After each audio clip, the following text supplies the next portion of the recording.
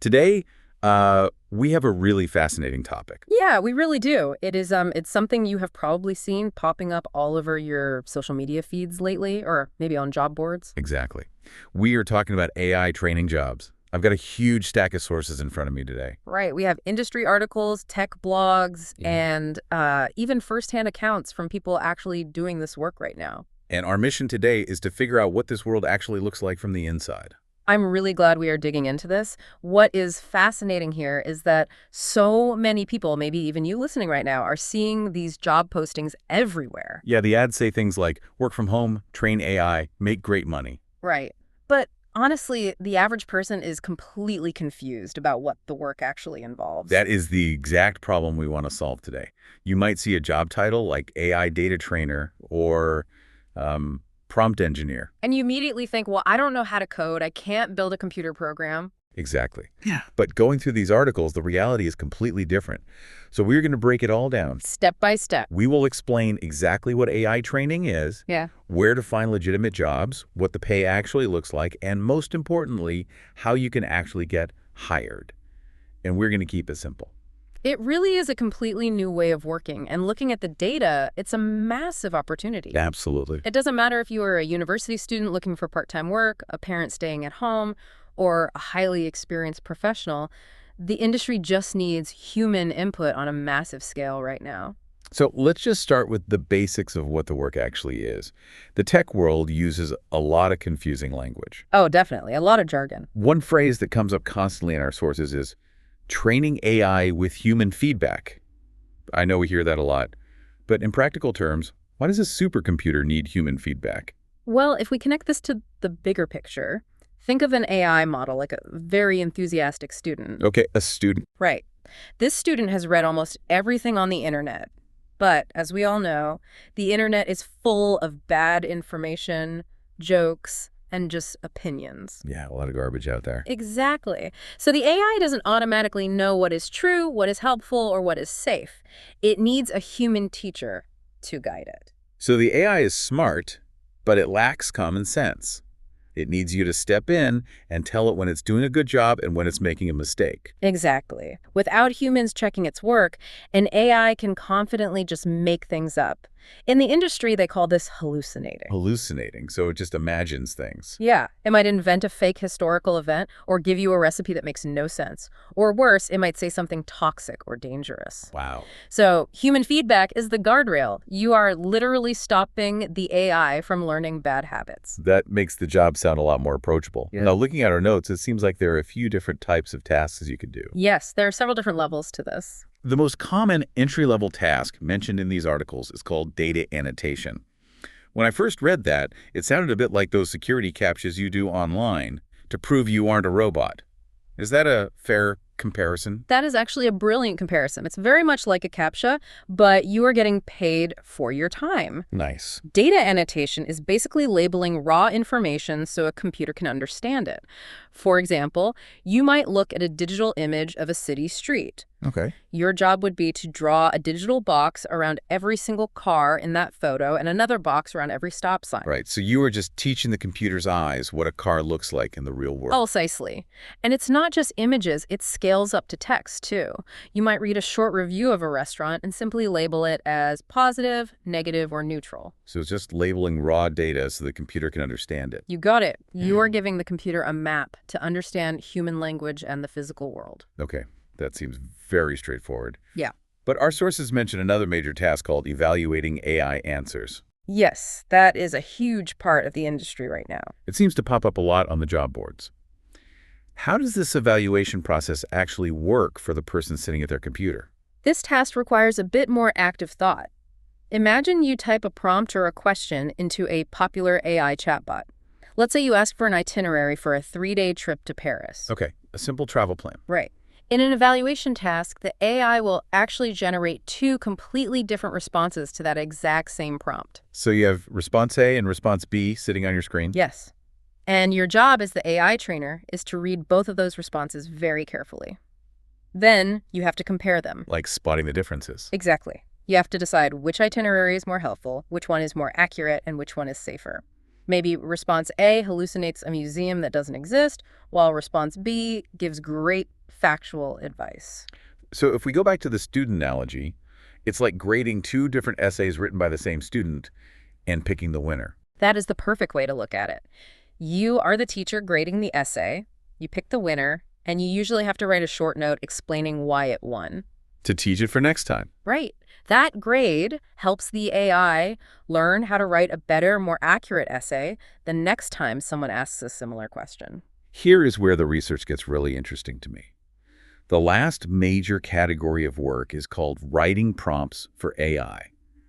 What does prompting actually look like on a day-to-day basis? A prompt is simply the instruction or the question that you type into the AI.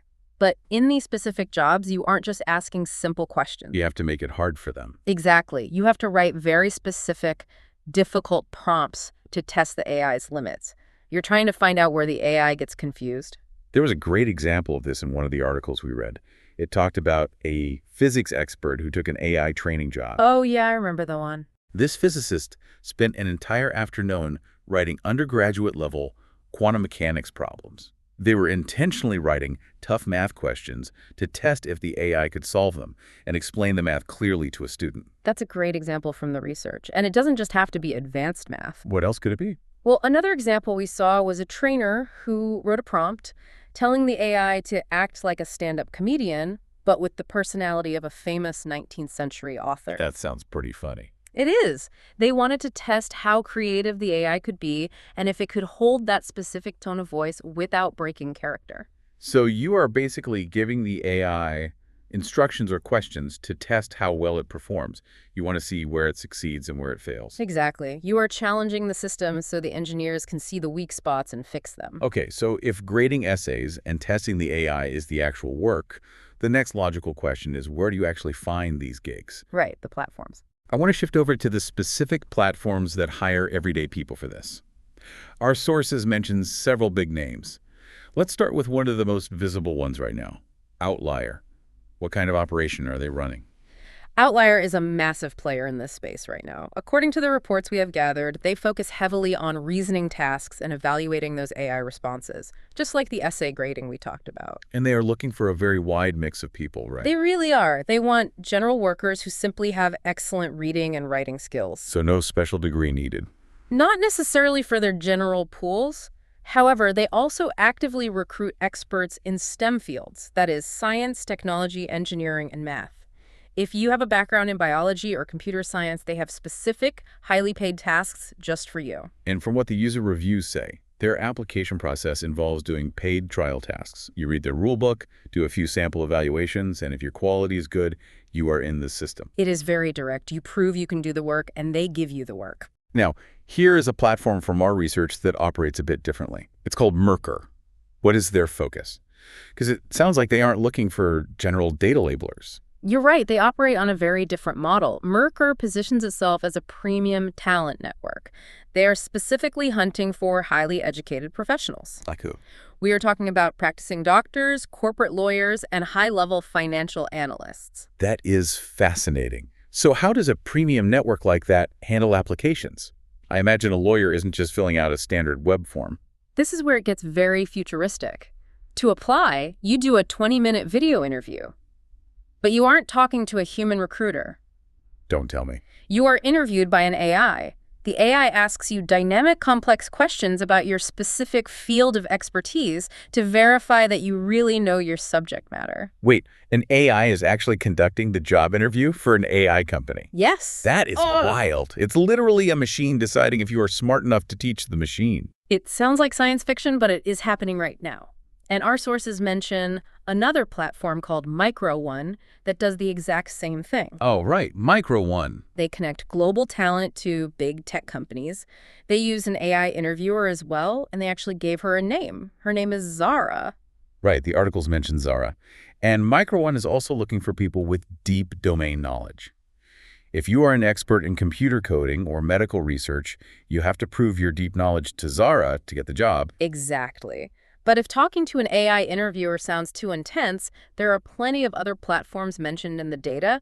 Places like dataannotation.tech, Mindrift, and Aligner are very popular. And reading through the forums, people seem to really love the flexibility of those platforms.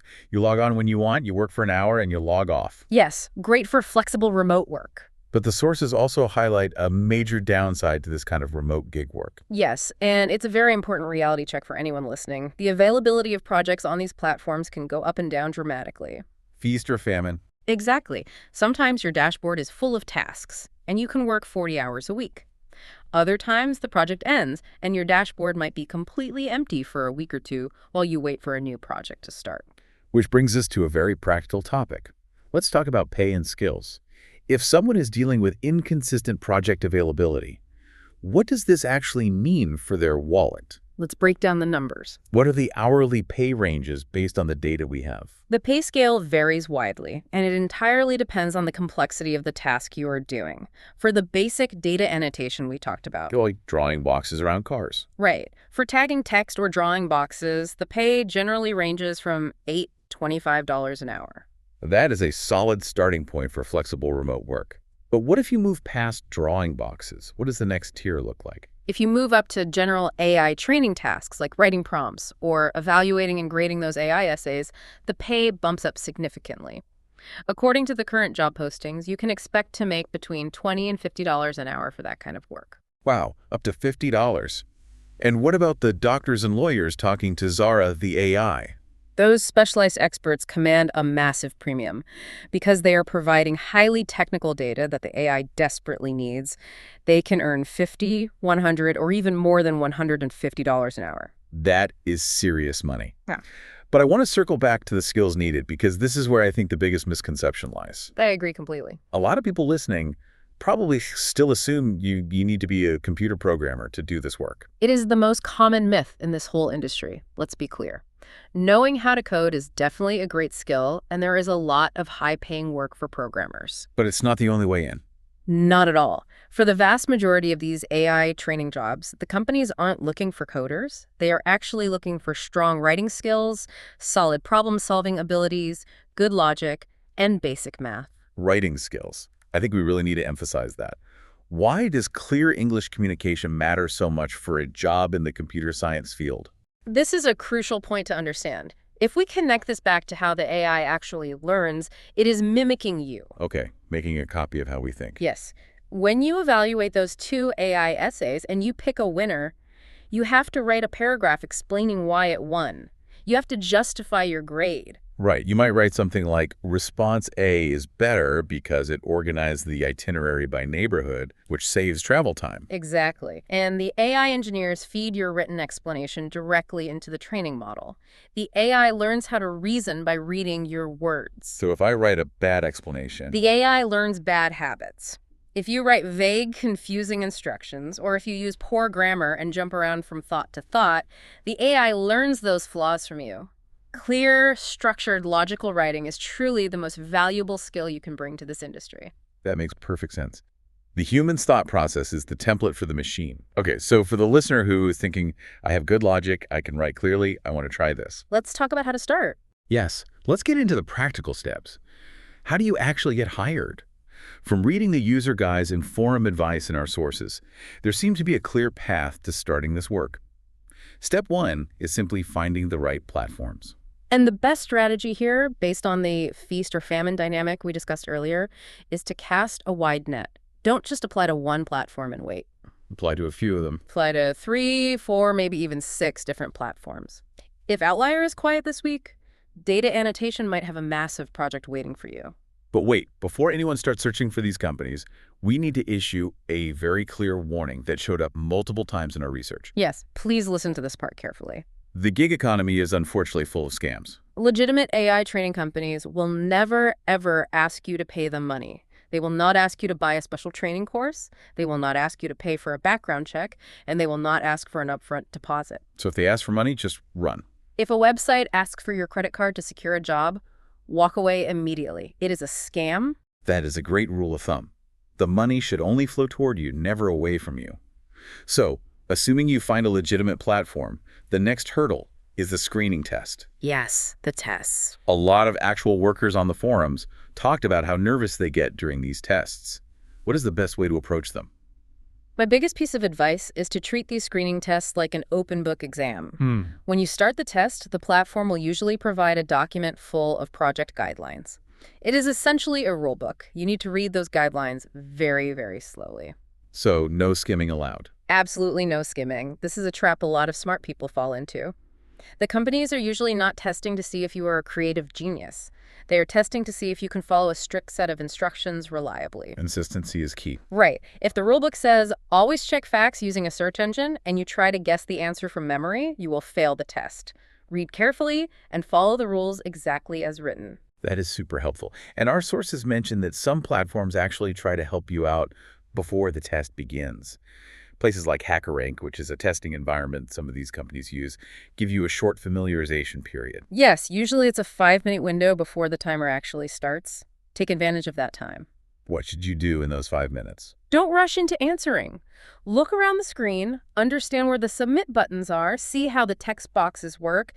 Get comfortable with the layout so you aren't fighting the software while you are trying to think through a difficult question. So let's say you pass the test.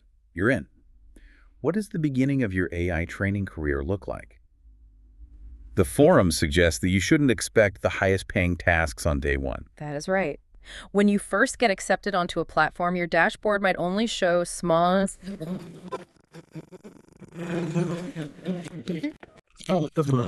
Take your time, focus on quality, and don't rush just to make a quick few dollars. You're basically building up a good reputation with the platform, right? Exactly. You are proving your reliability. The platform uses those small tasks to build a quality profile on you. Once their system sees that you consistently provide great data and write clear explanations, they will start unlocking the more complex, higher-paying work for you. It's a stepping stone process. This has been an incredibly enlightening breakdown. We have covered a lot of ground today, from drawing boxes around cars to basically grading essays for a supercomputer. It's a whole new world. If you are listening to this and you are curious about the AI boom, I really hope this deep dive encourages you to look into it. It really isn't as scary or as overly technical as the job titles make it sound. I completely agree. This is a rapidly growing field, and it offers amazing remote flexibility. It genuinely doesn't matter what your background is. Just clear thinking. Yes. Your ability to think critically, follow logical steps, and communicate clearly in English is incredibly valuable right now. The AI industry is hungry for smart human input, and it's a great time to explore it. But before we go, we want to leave you with one final thought to mull over on your own. While we were reading through all these articles and seeing the massive hourly rates paid to experts, a pretty huge irony started to stand out. It is a very big, slightly unsettling irony. We spent some time today talking about how highly skilled professionals, those doctors, financial analysts, and software engineers, are currently being paid top dollar to teach these AI models how to do their exact jobs. They are carefully teaching the AI how to diagnose an illness like a doctor, or how to reason through a contract like a lawyer. So we want to ask you, what does this mean for the future of work? By training these systems so perfectly today, are these workers essentially helping to build the very technology that might replace their own professions tomorrow? It is a fascinating question to think about. It really is. Thank you so much for joining us on this deep dive. See you next time.